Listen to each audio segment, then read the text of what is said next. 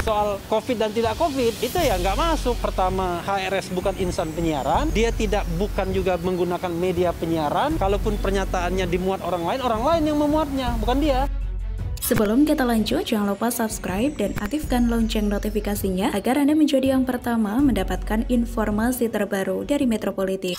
Karena dianggap tidak kompeten, jaksa tolak kesaksian dari Refli Harun di persidangan Rizik Syihab. Majelis Hakim Pengadilan Negeri Jakarta Timur kembali menyidangkan terdakwa Rizik Syihab dalam perkara kasus penyebaran kabar bohong atau hoax hasil tes swab virus COVID-19 di Rumah Sakit Umi Bogor pada Rabu 20 Mei 2021 kemarin. Selain Rizik, perkara ini juga turut menyeret Direktur Rumah Sakit Umi Andi Tatat dan menantunya sendiri yakni Hanif Alatas. Rizik dan pengacaranya menghadirkan sejumlah ahli yakni ahli hukum tata negara Refli Harun, ahli hukum pidana dan Direktur HRS Center Abdul Qair Ramadan, dan juru bicara Satgas COVID-19 Rumah Sakit Universitas 11 Maret Surakarta Tonang Dwi Ardianto. Lalu, terdapat juga dosen Fakultas Hukum Universitas Muhammadiyah Jakarta Muhammad Lutfi Hakim, ahli linguistik forensik dari Universitas Indonesia Frans Assisi datang, dan ahli hukum pidana Universitas Islam Indonesia Yogyakarta Muzakir. Di luar persidangan, Refli Harun dengan getol menyebut jika tuduhan yang ditujukan kepada terdakwa Rizik Syihab tidak tepat, karena pasal yang dijatuhkan hanya bisa berlaku jika yang memberikan atau yang menyiarkan berita bohong adalah insan penyiaran. Sebab menurutnya, Rizik Syihab bukan insan penyiaran dan juga ia beranggapan jika yang bersalah adalah pihak yang menyiarkan terkait COVID atau tidaknya Rizik Syihab.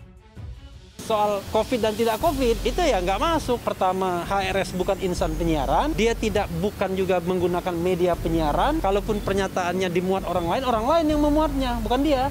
Pembelaan dari Refli Harun ternyata juga sempat ditolak oleh jaksa penuntut umum. Namun, tentunya bukan Refli Harun jika tidak memiliki pembelaan atas kejadian dalam persidangan Rizik Syihab kemarin. Refli Harun bahkan menyebut jika biasanya jaksa hanya lebih menguasai terkait hukum-hukum pidana, karena jaksa disebut Refli tidak terlalu nyaman jika menanyakan terkait hukum tata negara atau hukum-hukum lain dalam persidangan. Refli bahkan juga menyebut jika jaksa tidak fair dalam persidangan tersebut sebab jaksa menurutnya tidak mau mendengarkan ia berbicara dan mencari kebenaran, namun hanya mau mencari pembenaran. Sejumlah fakta terungkap dalam persidangan tersebut, mulai dari pendapat dari para ahli yang membela Rizik terhadap kasus tersebut hingga hampir seluruh ahli ditolak oleh jaksa. Menurut jaksa, Refli sebagai ahli hukum tata negara dan konstitusi tidak relevan dan juga tidak kompeten dalam perkara tersebut. Alasannya karena perkara tersebut masuk dalam pidana terapan. Tidak hanya Refli, jaksa juga ternyata menolak 3 saksi lain yang dihadirkan dalam perkara tersebut. Mereka adalah juru bicara Satgas COVID-19 Rumah Sakit Universitas 11 Maret Surakarta, Tonang Dwi Ardianto, dan juga dosen Fakultas Hukum Universitas Muhammadiyah Jakarta Muhammad Lutfi Hakim. Lalu, jaksa pun juga menolak ahli linguistik forensik dari Universitas Indonesia Frans Assisi datang, yang juga turut dihadiri Rizik sebagai saksi ahli dalam sidang kemarin. Ia beralasan bahwa Frans hanya mengandalkan Kamus Besar Bahasa Indonesia dalam memberikan keterangan. Dari 6 orang ahli yang dihadirkan, jaksa hanya melanjutkan untuk mendalami beberapa pertanyaan kepada ahli hukum dari UII Muzakir. Alhasil, Refli, Tonang, Frans, dan juga Lutfi hanya menjawab pertanyaan dan memberikan keterangan yang dilontarkan oleh Rizik dan juga penasihat hukumnya dalam persidangan kali ini. Dalam perkara ini, Rizik Syihab didakwa melakukan penyebaran berita bohong terhadap hasil tes swabnya yang dilakukan di Rumah Sakit Umi Kota Bogor pada akhir November 2020